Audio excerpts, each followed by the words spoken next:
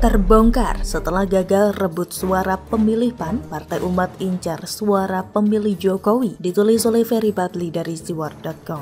Sebelum kita lanjut, jangan lupa subscribe dan nyalakan loncengnya agar Anda menjadi yang pertama mendapatkan informasi dari jurnal terupdate. Mendirikan partai itu memang tidak semudah kata-kata Mario Teguh, karena ada banyak lika-liku kehidupan yang harus dilewati.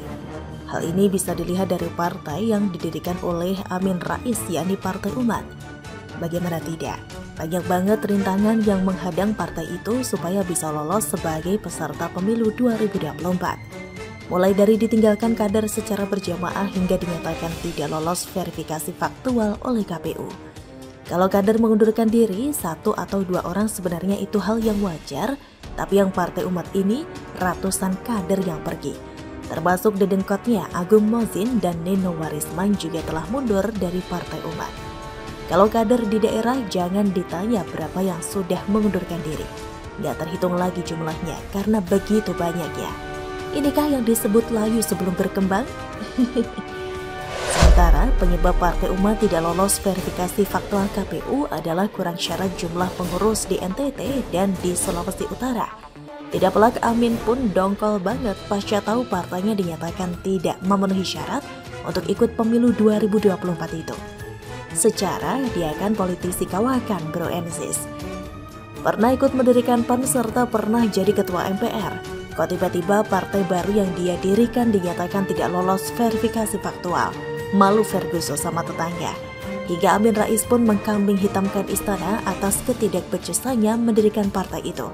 Namun entah bagaimana ceritanya, setelah mengajukan gugatan ke Bawaslu, Partai Umat akhirnya diverifikasi ulang dan dinyatakan memenuhi syarat sebagai peserta pemilu 2024 oleh KPU.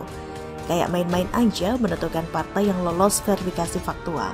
Hari ini dinyatakan tidak lolos, tidak lama kemudian dinyatakan lolos. Harusnya KPU mempertahankan keputusannya tersebut supaya tidak dicap sebagai lembaga negara yang pelin-pelan. Sekarang, pengurus beserta kader Partai Umat terkhusus yang mau nyalek bisalah sedikit lega partainya lolos verifikasi KPU. Meskipun itu lewat jalur remedial. Hanya saja perjalanan masih panjang Bro Ensis. Bahkan bisa dibilang lebih terjal lagi dari sebelumnya, yakni tantangan berikutnya adalah lolos ke Senayan.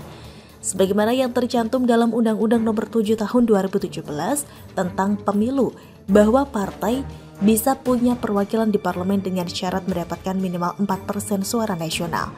Terbukti kok, karena begitu susahnya menembus angka ambang batas parlemen tersebut, banyak parpol yang bergelimpangan pasca pemilu 2019 lalu.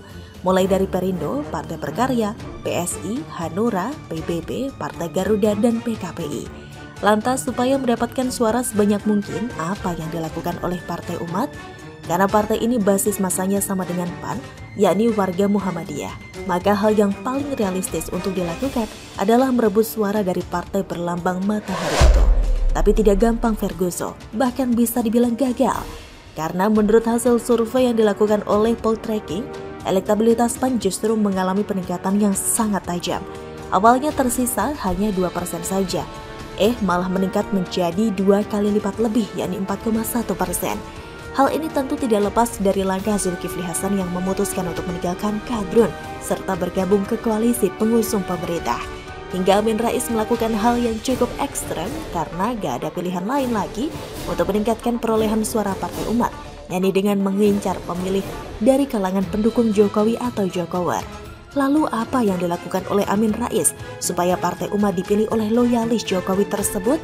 Memuja-muji Jokowi setinggi bintang di langit, seperti tanpa ragu yang mengatakan mantan wali kota Solo itu merupakan guru bangsa. Asik. Pertanyaannya, apakah yang dilakukan oleh Wan Amin ini akan berhasil? Lagi-lagi tidak Bro Ensis, karena dosa Amin terhadap Jokowi sudah terlalu besar.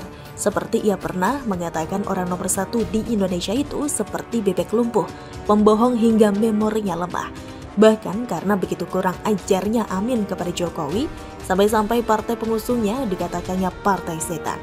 Kelakuan gak ada akhlak ini tentu masih segar diingatan para Jokower. Satu-satunya peluang terakhir yang bisa dilakukan oleh Partai Umat adalah merebut suara dari kelompok kadrun yang disebutkan oleh Novel Bamukmin berjumlah 13 juta jiwa itu. Cuma syaratnya tidak gampang juga, yakni tunjuk Habib Rizik jadi Ketua Umum Partai Umat atau jadi Ketua Majelis Syuro menggantikan Amin Rais, serta angkat Habib Bahar bin Smith jadi sekjennya. Bagaimana menurut Anda? Akankah Nasdem kembali ke hitah sebagai ormas? Ditulis oleh Ruskandi Anggawirya dari suar.com. Sebelum kita lanjut, jangan lupa subscribe dan nyalakan loncengnya agar Anda menjadi yang pertama mendapatkan informasi dari jurnal terupdate. Cukup mengejutkan apa yang dirilis lembaga survei yang satu ini. Hal ini disebabkan fakta bahwa elektabilitas Partai Nasdem kian menukik ke tingkat terendah dibandingkan hasil survei sebelumnya. Jika dibandingkan dengan hasil survei lembaga sejenis, ternyata tren untuk Partai Besutan Surya Paloh ini sama mengalami tren negatif. Lembaga survei Carta Politika juga merilis hasil survei elektabilitas partai politik pada pemilu 2024. Hasilnya, sebanyak 23,5% responden memilih PDI Perjuangan, naik dibandingkan survei sebelumnya. Selain itu, terdapat penurunan elektabilitas parpol termasuk Nasdem. Survei tersebut dilaksanakan pada 8-16 Desember 2022.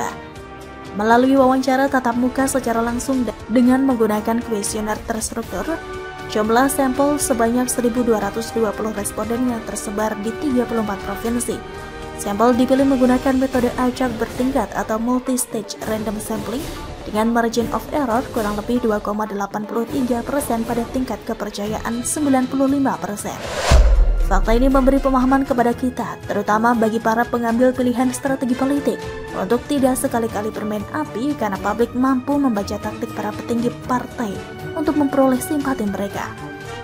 Jika pada saat mengusung Jokowi di Pilpres tahun 2014 dan 2019, Nasdem mampu menarik suara dari partai nasionalis lain, maka kali ini Nasdem gagal menarik suara dari lumbung-lumbung PKS, partai yang ketika Pilgub DKI menjadi andalan Abbas. Pengamat politik dari Universitas Pelita Harapan, Emru Sihombing, mengatakan tidak dipungkiri peran medsos berhasil meningkatkan elektabilitas sejumlah partai politik atau parpol, kata Emru Sihombing di Jakarta. Saat ini, kata dia, tidak lagi melihat kampanye terbuka yang mengarahkan massa besar-besaran.